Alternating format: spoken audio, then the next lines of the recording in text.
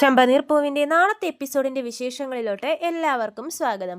അപ്പോൾ നമ്മുടെ ചന്ദ്രോദയത്തിലോട്ട് രേവതിയുടെ അമ്മ വരുവാണ്. ലക്ഷ്മി കയ്യിൽ നിറച്ചും പാത്രങ്ങളൊക്കെ ആയിട്ടാണ് രേവതിയുടെ അമ്മ വരുന്നത്. അപ്പോൾ വരുമ്പോൾ തന്നെ രേവതി പറയുന്നുണ്ട്, വാ അമ്മ ഇരിക്കമ്മ എന്നൊക്കെ പറഞ്ഞ് രേവതിയും രവീന്ദ്രനെയും കൂടി സ്വാഗതം ചെയ്യുന്നുണ്ട് വീട്ടിലോട്ടൊക്കെ. അപ്പോഴേക്കും ചന്ദ്ര വരുവാണ്. ചന്ദ്രൻ അറിയാലോ, ചന്ദ്രക്ക് ഇവരെ കണ്ണെടുത്താൽ കണ്ടൂടാ.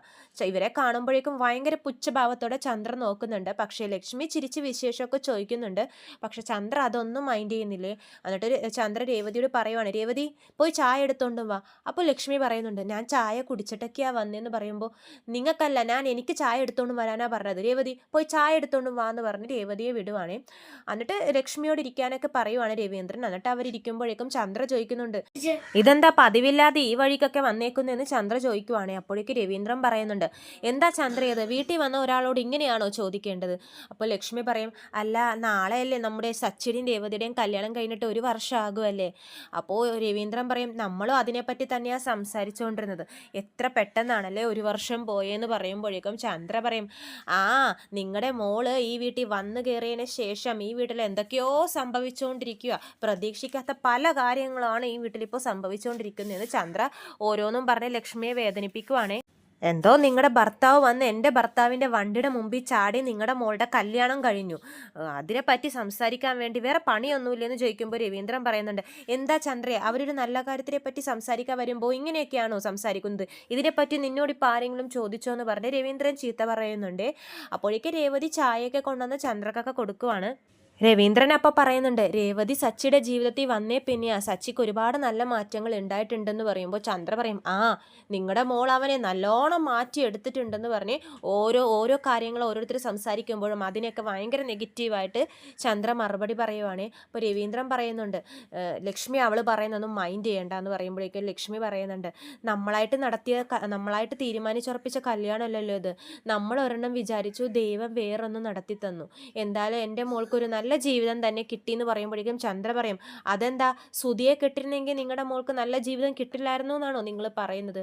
അപ്പോൾ ലക്ഷ്മി പറയും, അയ്യോ ഞാൻ അങ്ങനെ ഉദ്ദേശിച്ച് പറഞ്ഞതല്ല, നമ്മൾ തീരുമാനിക്കാതെ നടത്തിയ കല്യാണമാണെങ്കിലും സച്ചി നല്ലോണം തന്നെ എൻ്റെ മോളെ നോക്കുന്നുണ്ടല്ലോ, ഞാൻ അത് ഉദ്ദേശിച്ച് പറഞ്ഞതാണെന്നൊക്കെ ലക്ഷ്മി പറയുന്നുണ്ടേ. അപ്പോഴേക്കും ശ്രുതിയും കൂടിയൊക്കെ വരുവാണ് ഇവരുടെ ഇടയിലോട്ട്. അപ്പോൾ ലക്ഷ്മി ശ്രുതിനോട് വിശേഷമൊക്കെ ചോദിക്കുന്നുണ്ട്, സുഖമാണോ എന്നൊക്കെ ചോദിക്കുമ്പോൾ ശ്രുതിയും സുഖമാണ് എന്നൊക്കെ പറഞ്ഞ് വർത്താനം പറയുവാണ്. അപ്പോഴേക്കും ലക്ഷ്മി പറയും, രേവതി ഒരു തട്ടെടുത്തോണ്ടും വരുമോ, ഇവരുടെ കല്യാണം കഴിഞ്ഞുള്ള ആദ്യത്തെ വർഷം വരുമല്ലേ, അപ്പോൾ തട്ട് തരാൻ വേണ്ടി വന്നതാ ഞാനെന്ന് പറയുമ്പോഴേക്കും ചന്ദ്ര പറയും, ഓ ഇപ്പം എന്താ തട്ടിൽ വെക്കാനുള്ളത്, 50 പവൻ സ്വർണവും വൈര നെക്ലസൊക്കെയാണോ കൊണ്ടുവന്നിരിക്കുന്നതെന്ന് ചോദിക്കുമ്പോൾ രവീന്ദ്രൻ ചീത്ത പറയുന്നുണ്ട്, എന്തേ ഞങ്ങളുടെ കല്യാണം കഴിഞ്ഞപ്പോൾ നിൻ്റെ വീട്ടിൽ നിന്ന് എനിക്ക് അങ്ങനെയാണോ കൊണ്ടെത്തുന്നത്, ഒരു ഷർട്ട് പോലും എടുത്ത് തന്നിട്ടില്ല, എന്നിട്ട് അവൾ ഇങ്ങനത്തെ വർത്താനമൊക്കെ പറയുന്നത്, നീ ഒന്ന് വായടച്ച് മര്യാദക്കിരിക്കുക ചന്ദ്രയെന്ന് പറഞ്ഞ് രവീന്ദ്രൻ ചീത്ത പറയുവാണേ ചന്ദ്രയെ. അപ്പോഴേക്കും ലക്ഷ്മി രേവതി തട്ടുകൊണ്ടിരുമ്പോഴേക്കും അതൊക്കെ വെക്കുന്നുണ്ട്.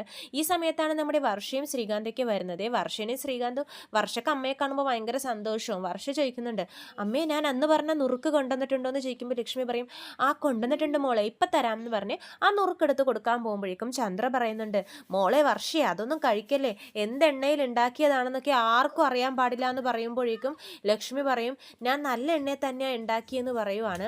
അപ്പോൾ നമ്മുടെ വർഷ പറയുന്നുണ്ട്, ആൻറ്റി പുറത്തുനിന്നുള്ളത് കഴിക്കുന്നതിനും നല്ലത് ഇത് വീട്ടിലുണ്ടാക്കുന്നത് കഴിക്കുന്നതാണ് നല്ല ഹെൽത്തി ആയിട്ടുള്ളത്, ഇതിന് നല്ല ടേസ്റ്റ് ഉണ്ട്, വേണമെങ്കിൽ കഴിച്ചു നോക്കും, ഞാൻ കഴിക്കും എന്നൊക്കെ പറഞ്ഞ് വർഷ കഴിക്കുവാണേ. ഇത് ചന്ദ്രക്ക് ഭയങ്കര നാണക്കേടായിട്ട് തോന്നുന്നുണ്ട്. കാരണം ചന്ദ്ര പറഞ്ഞത് വർഷ അനുസരിക്കാതിരുന്ന് തിന്നുവാണല്ലോ നുറുക്കൊക്കെ. എന്നിട്ട് തട്ടം കൊണ്ടുവരുമ്പോഴേക്ക് ലക്ഷ്മി അതിൽ പലഹാരങ്ങളൊക്കെ വെച്ചിട്ട് നമ്മുടെ ചന്ദ്രക്കും രവീന്ദ്രനും കൊടുക്കുവാണ്. ചന്ദ്രക്ക് വലിയ താല്പര്യമൊന്നുമില്ല അത് മേടിക്കാൻ വേണ്ടിയിട്ട്. രവീന്ദ്രൻ ചീത്ത പറയുമല്ലോ എന്ന് ഓർത്തിട്ട് ചന്ദ്രയെ ഒന്നിച്ച് നിന്ന് മേടിക്കുന്നൊക്കെയുണ്ട്.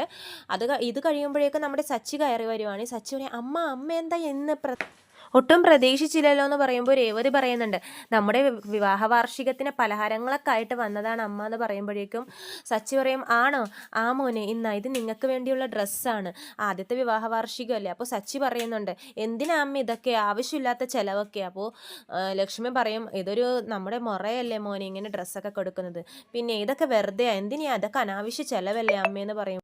നമ്മളൊക്കെ ഒരു കുടുംബമല്ലേ, കുടുംബത്തിൻ്റെ ഉള്ളിൽ ഇങ്ങനെയൊക്കെ വേണോ? ഞാൻ അമ്മയെ എൻ്റെ സ്വന്തം അമ്മയെ പോലെ തന്നെയാണ് കാണുന്നതെന്ന് പറയുമ്പോഴേക്കും ലക്ഷ്മിയും പറയും, മോൻ എനിക്കും എൻ്റെ സ്വന്തം മോനെ പോലെയാണ്, എന്നാലും അതുകൊണ്ട് എൻ്റെ സന്തോഷത്തിന് വേണ്ടിയിട്ട്. അപ്പോൾ സച്ചി പറയും, ആ എന്തെങ്കിലും ആവട്ടെ എന്ന് പറഞ്ഞിട്ട് സച്ചി അതും കൊണ്ട് പോകുവാണ്. എനിക്ക് ട്രിപ്പ് ഉണ്ട് അമ്മ ഇരിക്കുമെന്ന് പറഞ്ഞ് സച്ചി പോകുവാണേ. അപ്പോഴേക്കും ലക്ഷ്മി ശ്രുതിയോട് ചോദിക്കുന്നുണ്ട്, മോളെ നിങ്ങളെന്തോ കട തുടങ്ങാൻ പോകുവാണെന്ന് രേവതി പറഞ്ഞല്ലോ. അപ്പോൾ ശ്രുതി പറയും, ആ ശ്രുതി പുതിയതായിട്ടൊരു ബിസിനസ് തുടങ്ങുന്നുണ്ട്, തുടങ്ങിയിട്ടില്ല, തുടങ്ങാൻ പോകുന്നേ ഉള്ളൂ എന്ന് ശ്രുതി പറയുന്നുണ്ട്.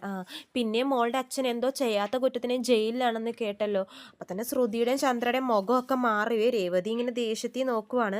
എന്നിട്ട് അമ്മ പറയും, വിഷമിക്കേണ്ട മോളെ, ഇന്ന സ്ഥലത്ത് ഒരു അമ്പലമുണ്ട്, ആ അമ്പലത്തിൽ പോയി പ്രാർത്ഥിച്ചാൽ മോളുടെ അച്ഛൻ എളുപ്പം ജയിലിൽ നിന്ന് ഇറങ്ങി വരും, പേടിക്കണ്ട, ചെയ്യാത്ത തെറ്റിന് ജയിലിൽ കിടക്കുന്നതൊക്കെ ഇപ്പോൾ സാധാരണമാണ്, മോള് വിഷമിക്കണ്ട, ആ അമ്പലത്തിൽ പോയി പ്രാർത്ഥിക്കുമെന്ന് പറയുമ്പോഴേക്കും ചന്ദ്ര പറയും, ഇപ്പോൾ എന്താ ഈ പണിയാണോ, പൂകെട്ടണ പണിയൊക്കെ നിർത്തിയിട്ട് ജ്യോത്സ്യപ്പണി തുടങ്ങിയോ എന്ന് ചോദിക്കുമ്പോഴേക്കും ശ്രുതി പറയുന്നുണ്ട്, ആ അമ്പലത്തിൽ എന്താ ജയിലിൻ്റെ ചാവി കിട്ടുമോ, അതാണോ അവിടെ പോയി പ്രാർത്ഥിച്ചാൽ രക്ഷപ്പെടുമെന്നൊക്കെ പറയുന്നതെന്ന് പറയുമ്പോൾ രേവതി പറയുന്നുണ്ട്, അത് ഭയങ്കര ശക്തിയുള്ള അമ്പലമാണ്, ആ അമ്പലത്തിൽ പോയി പ്രാർത്ഥിച്ചാൽ നമ്മൾ വിചാരിക്കുന്നതൊക്കെ നടക്കും, അതുകൊണ്ടാണ് അമ്മ അങ്ങനെ പറഞ്ഞതെന്ന് പറയുവാണ്.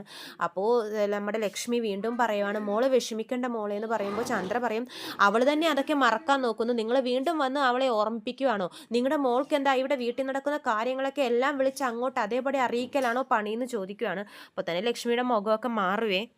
അങ്ങനെയല്ല, നമ്മളൊക്കെ ഒരു കുടുംബമല്ലേ, അതുകൊണ്ട് രേവതി വിശേഷം പറയുന്ന കൂട്ടത്തിൽ അങ്ങനെ പറഞ്ഞതാന്ന് പറയുമ്പോഴേക്കും, ഒരു കുടുംബമോ, ആരൊരു കുടുംബം, നിങ്ങളുടെ കുടുംബവും ശ്രുതിയുടെ കുടുംബവും ഒരുപോലെയാണോ, അല്ലെങ്കിൽ നിങ്ങളുടെ കുടുംബവും വർഷയുടെ കുടുംബവും ഒരുപോലെയാണോ?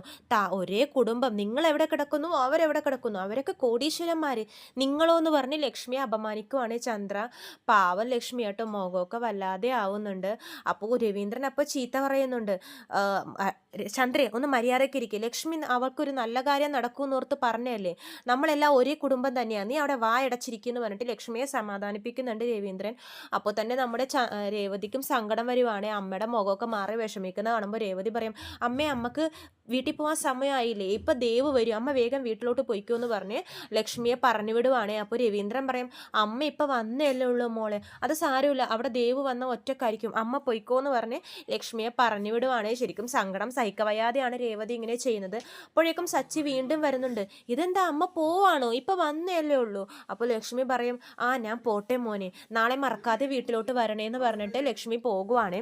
അപ്പോഴേക്കും സച്ചി ചോദിക്കുന്നുണ്ട്, അമ്മയുടെ മുഖം എന്താ വല്ലാതെ ഇരിക്കുന്നു എന്ന് ചോദിക്കുമ്പോൾ ലക്ഷ്മി പറയും, ഒന്നുമില്ല മക്കൾ നാളെ വാന്ന് പറഞ്ഞ് ലക്ഷ്മി പോകുകയും എന്നിട്ട് സച്ചി പറയുന്നുണ്ട്, രേവതി എനിക്ക് കുടിക്കാൻ കുറച്ച് വെള്ളം എടുത്തോണ്ട് വാന്ന് പറയുമ്പോൾ രേവതി അടുക്കളയിലോട്ട് പോകും. കാലിതുള്ളി നമ്മുടെ ചന്ദ്രയും ശ്രുതിയും കൂടി പുറകെ പോകുവാണ് രേവതിയെ ചീത്ത പറയാൻ വേണ്ടി. കാരണം വീട്ടിലുള്ള കാര്യങ്ങളൊക്കെ അവൾ സ്വന്തം വീട്ടിൽ പോയി വിളിച്ചു പറഞ്ഞു എന്നൊക്കെയുള്ള ആ ഒരു ദേഷ്യം തീർക്കണമല്ലോ, അതിനുവേണ്ടി ഇവരും പോകുവാണ് രേവതിയുടെ അടുത്തോട്ട്.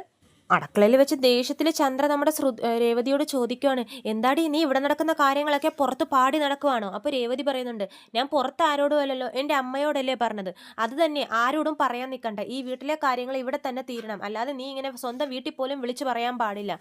നിന്റെ കുടുംബവും ശ്രുതിയുടെ കുടുംബവും തമ്മിൽ അവർ ഒരുപോലെയാണെന്ന് പറയുന്നു, ആണോടി? ശ്രുതിയുടെ അച്ഛൻ എത്ര വലിയ ആളാ, അവരായിട്ടൊക്കെ താരതമ്യം ചെയ്യാനായോ നിന്റെ അമ്മ? ഇനി മേലാ നിന്റെ അമ്മ ഇവിടെ വന്ന് അങ്ങനെയൊക്കെ പറഞ്ഞാൽ ഞാൻ ചീത്ത പറഞ്ഞ് ഓടിക്കും അവരെ എന്നൊക്കെ പറഞ്ഞ് ചന്ദ്ര ഭയങ്കര മോശമായിട്ട് സംസാരിക്കുവാണ്. അപ്പോൾ ശ്രുതിയും പറയുന്നുണ്ട്, രേവതി എന്തിനാ എൻ്റെ പേഴ്സണൽ കാര്യങ്ങളൊക്കെ വീട്ടിൽ പോയി പറയുന്നേ, എന്നെ അപമാനിക്കാനാണോ എന്ന് ചോദിക്കുമ്പോഴേക്കും രേവതി പറയും, അപമാനിക്കാനൊന്നുമല്ല, അമ്മ സ്നേഹം കൊണ്ട് പറഞ്ഞതാ, അച്ഛനില്ലാത്തൊരു കുടുംബം എന്തോരം കഷ്ടപ്പെടുമെന്ന് ഞങ്ങൾക്കറിയാം, അതുകൊണ്ട് അമ്മ സ്നേഹത്തോടെ പറഞ്ഞതാന്ന് പറയുമ്പോൾ ശ്രുതിക്ക് അത് മനസ്സിലാവുന്നില്ല. ശ്രുതി പറയുന്നുണ്ട്, മേലാ ഇനി എൻ്റെ കാര്യങ്ങൾ എവിടെയും പോയി പാടി നടക്കരുത്, അതെൻ്റെ പേഴ്സണൽ വിഷയമാണ് കേട്ടല്ലോ എന്ന് പറഞ്ഞ് ശ്രുതിയും ചന്ദ്രയും കൂടി രേവതിയെ ചീത്ത പറഞ്ഞ അടുക്കളയിൽ നിന്നും പോകുവാണേ. എന്നിട്ട് പിന്നെ രാത്രിയാകുമ്പോഴേക്കും രേവതി സച്ചിയുടെ അടുത്ത് പോകുമ്പോഴേക്കും ചന്ദ്രക്ക് ടെൻഷനാവുകയാണ്. ഇനി ഇവൾ നടന്നതൊക്കെ സച്ചിയോട് പറഞ്ഞിട്ട് ഇവിടെ വല്ല പ്രശ്നം ഉണ്ടാക്കുമോ അവൻ എന്ന് പറഞ്ഞിട്ട് രേവതിയും സച്ചിയും കൂടി സംസാരിക്കുന്നത് ഒളിഞ്ഞു കേൾക്കാൻ വേണ്ടി ചന്ദ്ര ഇങ്ങനെ പുറത്ത് നിൽക്കുവാണ്. പക്ഷേ രേവതി ആ ഉടുപ്പും കൊണ്ടൊക്കെയാണ് പോയത്. എന്നിട്ട് പറയുന്നുണ്ട്, ദേ അമ്മേ, ദേ സച്ചിയേട്ടാ നല്ല രസമില്ലേ ഡ്രസ്സ് കാണാൻ എന്ന് പറയുമ്പോൾ സച്ചി പറയും, നല്ല രസമുണ്ട് രേവതി, നിൻ്റെ സാരിയും നല്ല ഭംഗിയുണ്ട്. അപ്പോൾ രേവതി പറയുന്നുണ്ട്, നാളെ വീട്ടിലോട്ട് പോകുമ്പോൾ നമുക്ക് ഇതിട്ട് വേണം പോകാൻ എന്ന് പറയുമ്പോൾ സച്ചി പറയും, എന്തിനാ വീട്ടിലോട്ട് പോണേ, അവരേതായാലും ഇങ്ങോട്ടേക്ക് വരുന്നുണ്ടല്ലോ, പിന്നെ നമ്മൾ അങ്ങോട്ടേക്ക് പോകണോ? അപ്പോൾ രേവതി പറയും, അതെന്താ എൻ്റെ വീട്ടിൽ വരുന്നത് സച്ചിയേട്ടന് ഇഷ്ടമല്ലേ? അപ്പോൾ നമ്മുടെ സച്ചി അതിന് കാരണം പറയുന്നത്, അല്ല അവിടെ വന്നു കഴിഞ്ഞാൽ ആവശ്യമില്ലാത്തവരുടെ മുഖമൊക്കെ കാണേണ്ടി വരും എന്നാണ്. അപ്പോൾ രേവതിക്ക് അത് മനസ്സിലാവുന്നുണ്ട്, ഉദ്ദേശിച്ചത് ശരത്തിനെയാണെന്ന്. എൻ്റെ അനിയനല്ലേ ഉദ്ദേശിച്ചെന്ന് ചോദിക്കുമ്പോൾ സച്ചി ഒന്നും മിണ്ടില്ലേ. അപ്പോൾ രേവതി പറയും, നിങ്ങൾ എത്ര നാളും ഇങ്ങനെ ദേഷ്യപ്പെട്ടുകൊണ്ടിരിക്കും, അവൻ ചെറിയ ചെക്കനല്ലേ, അച്ഛനില്ലാത്ത വളർന്ന മോൻ, സച്ചിയേട്ടനല്ലേ അവിടെ കാരണവരായിട്ട് നിന്നിട്ട് എല്ലാം ചെയ്യേണ്ടത്, എത്ര നാളിങ്ങനെ ദേഷ്യത്തിൽ പെരുമാറും സച്ചിയേട്ടാ, നമുക്ക് എന്തായാലും നാളെ പോവാം, കഴിഞ്ഞതെല്ലാം മറക്ക് എന്നൊക്കെ പറയുമ്പോഴേക്കും സച്ചി ഇങ്ങനെ ഒന്നും മിണ്ടാതെ കേട്ടോണ്ടിരിക്കുവാണേ.